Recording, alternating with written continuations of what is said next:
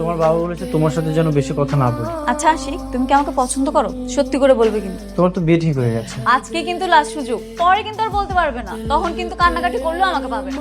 আমি তোমাকে পছন্দ করি না। তাহলে আমার বিয়েতে পেট ভরে খেয়ে যেও। এত বড় একটা সুযোগ পেও তুই ভালোবাসার কথাটা বলতে পারলি না? মা, সাহস হয়নি। বিয়ের সবকিছু তো ঠিকঠাক, আমি কিভাবে বলবো?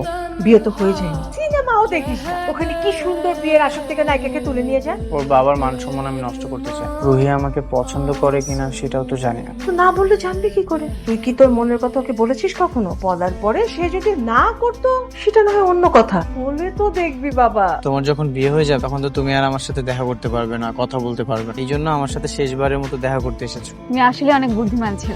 হ্যাঁ, আমি এই জন্যই তোমার সাথে দেখা করতে এসেছি। তোমার সাথে আমার কিছু কথা আছে, ইম্পর্টেন্ট।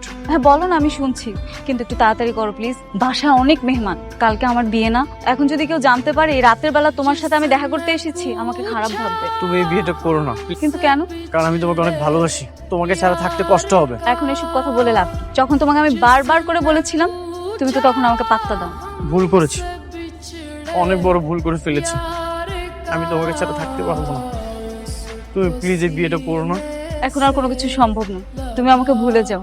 বাস্তবতা অনেক কঠিন।